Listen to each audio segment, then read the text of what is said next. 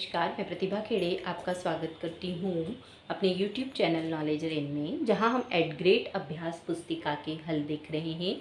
आज हम कक्षा 6 सामाजिक विज्ञान के पाठ 1 के हल देखेंगे। अध्याय 1 है प्रारंभिक कथन क्या, कब, कहाँ और कैसे। प्रश्न नंबर 1 है भारत में लगभग 8000 वर्ष पूर्व किन फसलों को उपजाना प्रारंभ कर दिया गया था। तो देखिए 8000 वर्ष पूर्व गेहूं चावल, गेहूं जौ, गेहूं मक्का या गेहूं राई।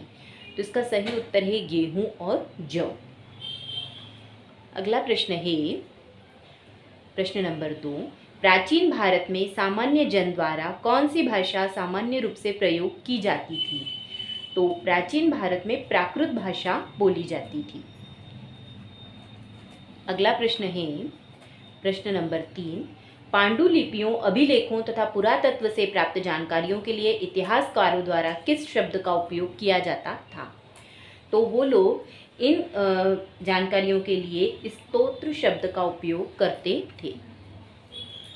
स्रोत शब्द का उपयोग किया जाता था। अगला प्रश्न है गंगा नदी के दक्षिण में विशाल प्राचीन राज्य था। कौन सा राज्य था वो? मगध था, अवंती, मुंबई या ब्रह्मगिरी। तो इसका सही उत्तर है मगध। अगला प्रश्न है ताड़पत्रों से बनी पांडुलिपि लगभग कितने वर्ष पहले लिखी गई थी। लगभग 8000 वर्ष पहले, लगभग 1000 वर्ष पहले, लगभग 2500 वर्ष पहले या लगभग 2250 वर्ष पहले। तो इसका सही उत्तर है लगभग 2500 वर्ष पहले। अगला देखिए रिक्त स्थानों की पूर्ति कीजिए। ईसा पूर्व और ईस्वी का संबंध किससे है? तो ईसा मसीह के जन्म से है। इंडिया शब्द इंडस से निकला है, जिसे संस्कृत में क्या कहते हैं? सिंधु कहा जाता है। सतपुड़ा तथा विंध्य पहाड़ियों के बीच से होकर नर्मदा नदी बहती है। लगभग 1000 वर्ष पहले किताब बनाने के लिए पेड़ों के पत्तों का उपयोग किया जाता था। कृषि का आरंभ लगभग 8000 वर्ष पूर्व हुआ है। यही प्रश्न में हमें जो पहला ऑब्जेक्टिव दिया है उसी में दिया हुआ था कि भारत में लगभग 8000 वर्ष पूर्व किन फसलों को उपजाना प्रारंभ कर दिया गया था। तो कृषि का आरंभ कब हुआ था? लगभग 8000 वर्ष पूर्व हुआ था। अगला प्रश्न देखिए अतीत के बारे में हम कैसे जान सकते हैं। अतीत के बारे में हम कैसे जान सकते हैं? तो ऐतिहासिक अभिलेखों, वैज्ञानिक विधियों, सांस्कृतिक परंपराओं, व्यक्तिगत अनुभवों, कलाकृतियों और स्मारकों तथा पुनर्निर्माण और पुनर्मूल्यांकन के संयोजन का उपयोग करके। मतलब जो ऐतिहासिक पुराने जो अभिलेख हैं जो वैज्ञानिकों ने खोज रखे हैं और जो पुरानी सांस्कृतिक परंपराएं थी उनको देखकर हम अतीत के बारे में अनुमान लगा सकते हैं। अगला प्रश्न है हमें वर्तमान की घटनाओं की जानकारी किन किन साधनों से प्राप्त होती है। हमें वर्तमान की घटनाओं की जानकारी टीवी, रेडियो, न्यूज़ समाचार पत्र और मोबाइल के माध्यम से प्राप्त होती है। अगला प्रश्न है पांडुलिपि से क्या आशय है। तो पांडुलिपि उस दस्तावेज को कहते हैं जो एक व्यक्ति या अनेक व्यक्तियों द्वारा हाथ से लिखी गई हो, जैसे हस्तलिखित पत्र। अगला प्रश्न है शिलालेख एवं अभिलेख में क्या अंतर है।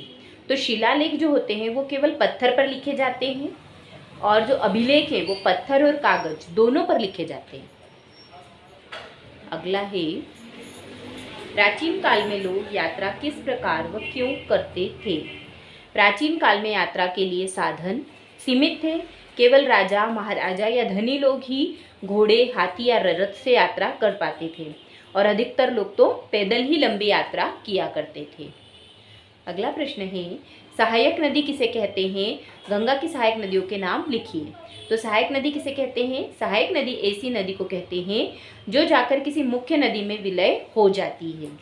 जैसे गंगा नदी की सहायक नदियां हैं यमुना, घाघरा, बागमती और रामगंगा। अगला प्रश्न है पुरातत्वविद किसे कहते हैं, वे किन चीज़ों का अध्ययन करते हैं। पुरातत्वविद भौतिक अवशेषों के माध्यम से प्राचीन और हाल के मानव अतीत का अध्ययन करते हैं, है ना। भौतिक अवशेषों से पुराने और अभी के भी मानव अतीत का अध्ययन करते हैं। पुरातत्वविद प्राचीन सभ्यताओं के अवशेषों की जांच करते हैं, जैसे पुराने सिक्के, आभूषण, शिलालेख, पुरानी पांडुलिपियां, हथियार, बर्तन आदि। अगला प्रश्न है, इतिहासकार किसे कहते हैं, वे किन बातों का अध्ययन करते हैं। तो इतिहासकार वह व्यक्ति होता है जो अतीत के बारे में अध्ययन करता है और लिखता है।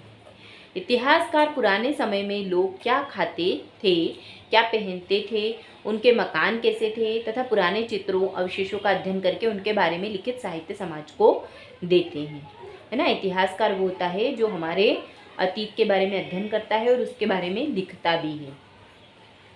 अगला प्रश्न है प्रश्न नंबर 15, कॉमन एरा और बिफोर कॉमन एरा से क्या आशय है, लिखिए। तो ईसा मसीह के जन्म के वर्ष के समय की गणना में ईस्वी यानी एडी का प्रयोग किया जाता है और कभी कभी एडी के स्थान पर सीई का प्रयोग भी होता है। तो ये क्या होता है, common era. Common era Isa Masih के जन्म के बाद के साल दर्शाता है और जो बिफोर कॉमन एरा है वो ईसा मसीह के जन्म के पूर्व के साल दर्शाता है। अगला प्रश्न है प्रश्न नंबर 16, दिए गए रेखा मानचित्र में निम्नांकित को दर्शाइए।